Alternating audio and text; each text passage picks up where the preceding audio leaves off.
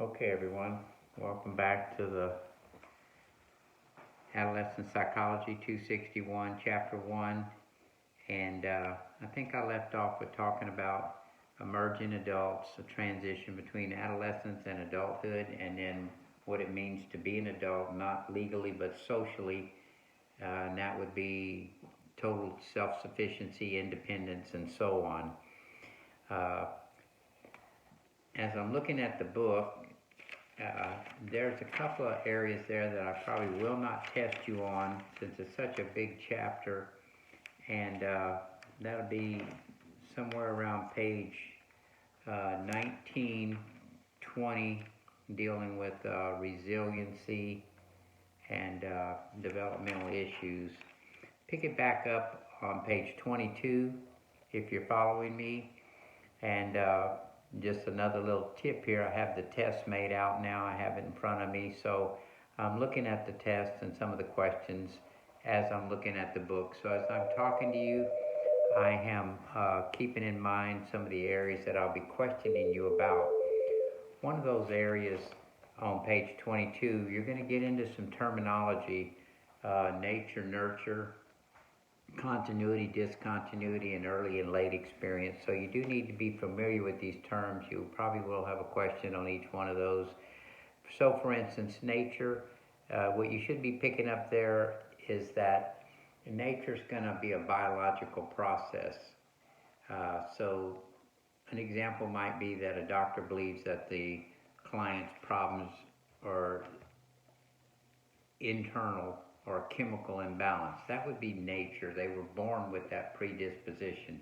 Nurture, on the other hand, would be the experiences you have in life, family relationships, your neighborhood, and the things that happen to you, and that might affect your behavior. So that would be nurture. Uh, Continuity, discontinuity. Continuity has to do with gradual change. So it's not abrupt or anything. You just slowly evolve into what you are. You just become more of what you already are. So you're born with an outgoing personality, and as you grow up and you go out into the world, you just are more of the same. Whereas discontinuity is abrupt change. So discontinuity, we'll be talking about some people's theories shortly. Some people have stages of development, some do not. Continuity people do not have stages of development. You just continue to evolve. People with stages of development believe in the discontinuity view, that things change at different levels and that puts you at a different stage. It's just 2 paragraphs. Pay attention to it. And then finally, early and late experience. Early experience people believe that the things that happen to you early in life are going to impact you for the rest of your life, and you're not going to really change that much. It's kind of imprinted on you. So if you were abused and had difficult relationships, early experience people will believe that you're going to have relationship problems pretty much all your life, and you probably won't be able to overcome it. Late experience people believe that the things that happen to you early in life may impact you, but, and here's the however, later experiences could overcome early experiences. So here's your example. If a child is raised in a home in which they were abused, neglected, and experienced trauma during the early years, as a toddler, let's say, they're obviously going to have some emotional issues. But let's say the child is taken away from that home, that abusive situation, put into foster care, or even better, adopted by a loving family who nurtures that child. Late experience people would say that the later experiences by the loving adoptive parents will overcome the trauma of those early years of experience. And so that's the difference between the two. And so keep that in mind. Moving on to section 4, you get into science and the scientific method, and pay particular attention. Again, I'm looking at the test, I'm looking at the text, and on page 25 in particular, you get into something called the scientific method. There's 4 steps to the scientific method. First, you want to identify the problem or whatever it is you want to study. They call that conceptualize the problem. Second, you want to collect your data. Put a star by that one. Third, you want to analyze your data. And fourth, you want to draw conclusions. Pay attention to the order of the steps and understand that drawing conclusions, in other words, writing up your final results of your research, does not necessarily mean publishing your research. That would be a wrong choice for an answer. You may not publish your research, but you certainly will still draw conclusions or get results. The reason I want you to put a star by step 2, collecting the data, is because in the latter part of this chapter, your author spends quite a bit of time on how to do that. And so I will get into more detail about that, hopefully during this session, if not in the next session as we prepare for the first test. But we'll see how far we can get. All right. The next most important thing on this page, at the top of the page that I'm looking at, and you can expect that you'll be tested on it, is what is a theory. So I would understand that, because the second half of this chapter deals with all kinds of theories. And so a theory is basically an interrelated, coherent set of ideas that helps explain and predict some phenomena. And so I don't know if you can memorize that or not, but certainly recognize that if you see it on a test. Well, speaking of tests, when it comes to theory, what people do is form a hypothesis for their theory. And so as simply as I can state it, a hypothesis is how you're going to test your theory. So they call it a contingency statement. If this is true, then I should get these results. So if this, then that. And then you come up with some sort of a test, testing your theory, and that's called your hypothesis. In the middle of the page, it starts talking about psychoanalytic theory. Again, pay attention. There's a number of major theories in this chapter. The first I'm going to cover psychoanalytic. The second's going to be cognitive theory, and the final group of theories is going to be behavioral theories. Each one is unique and has a different approach as far as where these people are coming from. And so the psychoanalytic theory, there's 3 major parts. Pay attention to these. Again, it's in the first paragraph under psychoanalytic theory on page 25. One is that the psychoanalytic theorists believe that a lot of what you are happens at a subconscious level. It's beyond your conscious thought. So you're unaware of it. Second, it believes that what you do and how you do things is a lot to do with your emotions. So it's very emotionally laden. So people like Freud would want to delve into feelings that you have that are below the surface, like shame and doubt and guilt and things like that, and try to help you to understand why you have those emotions and how they're affecting you. And finally, it's pretty symbolic. And so again with Freud, if you tell him something about your dreams, he's going to tell you what that means. There's a symbol. Everything symbolizes something in the real world. So those are your 3 major bases of psychoanalytic theory. So from there we go straight into Freud stuff.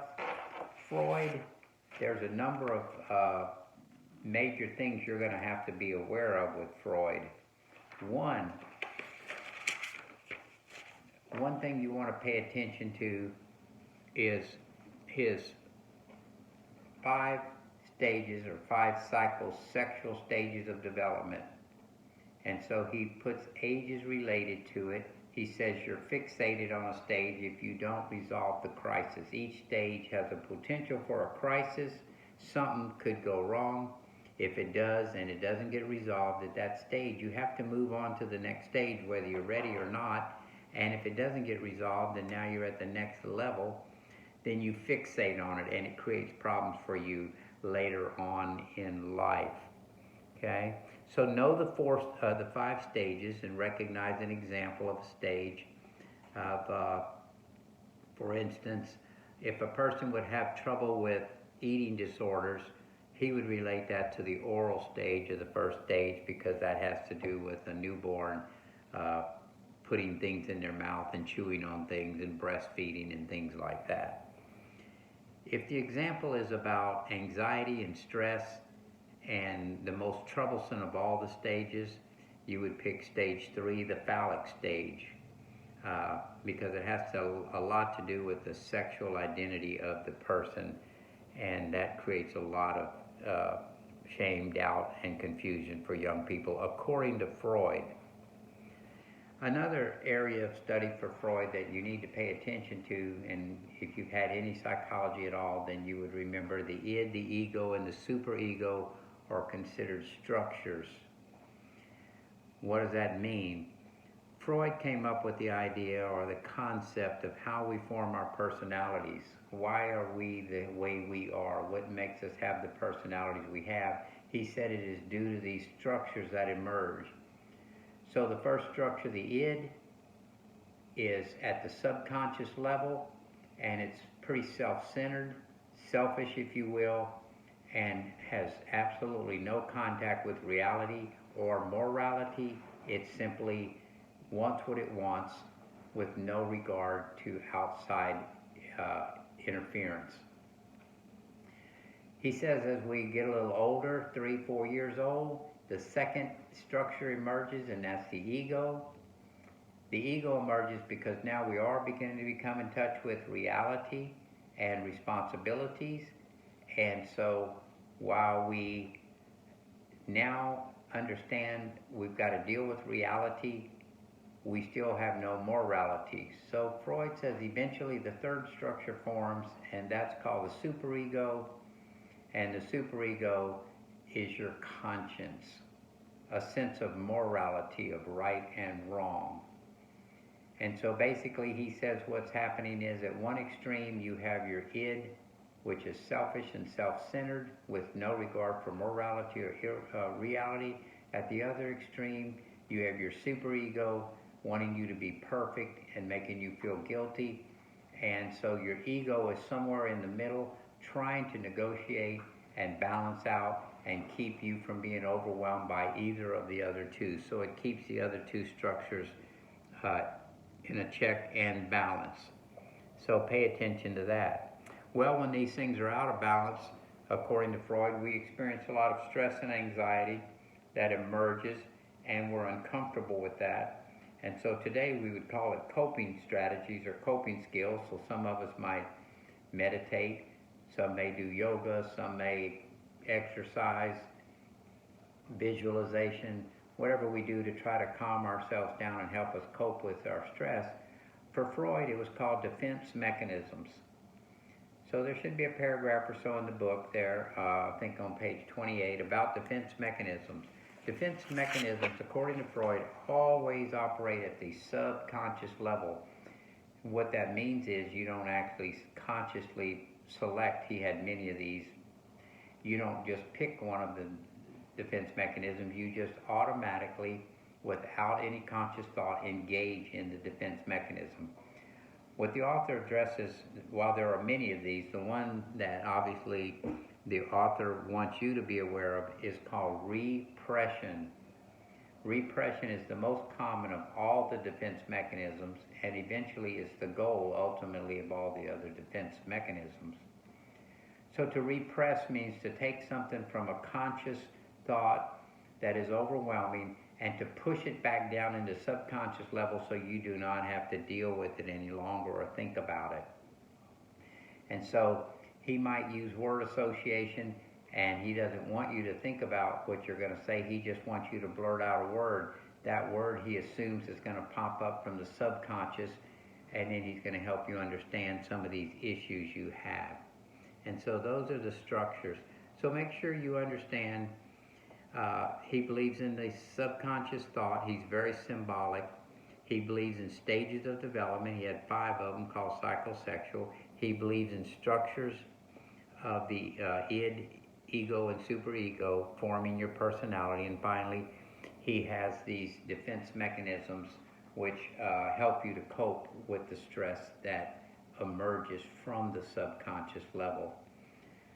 Under psychoanalytic, the other person you need to be familiar with for test one is Vygotsky. I'm sorry, I'm looking at my book. Erik Erikson. Erik Erikson was also psychoanalytic, but he basically disagreed with Freud on a number of things. Main thing to pick up maybe at this point, we're not going to obviously go into great detail, but just be aware that Erikson believed in psychosocial stages of development. Freud had psychosexual stages. So while Freud focused on the sexual development of man and the hang-ups we have sexually, Erikson believed that we do go through these stages of development, but he focused more on the social side of man and how that interaction between the person and their social world affected their development. Very specifically, Erikson had 8 stages. Pay attention, especially the stage 5 and 6. Erikson would say that stage 5 is the most important of all the stages, and that just happens to be the stage that this course is about, which is adolescent development. So stage 5 deals with those adolescent years, and he calls it identity confusion or identity exploration. It's a sense of self, getting to know who you are and what you believe and what your values are. Well, that's a wonderful thing if you have developed that or if you are developing that in a healthy way.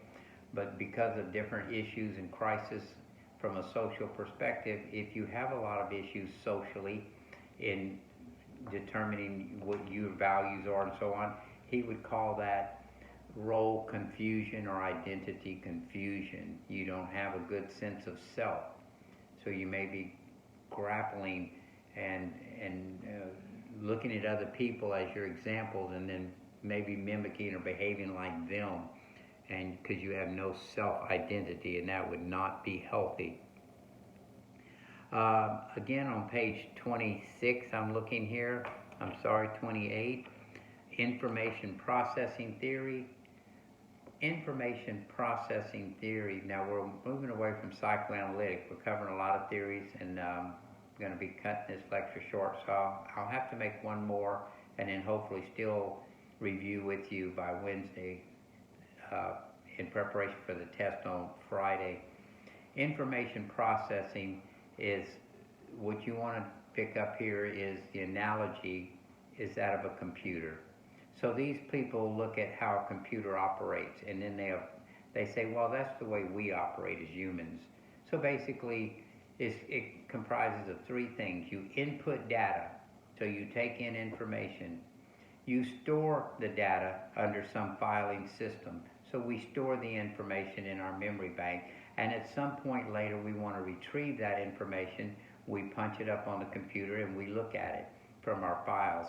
So basically that's information processing.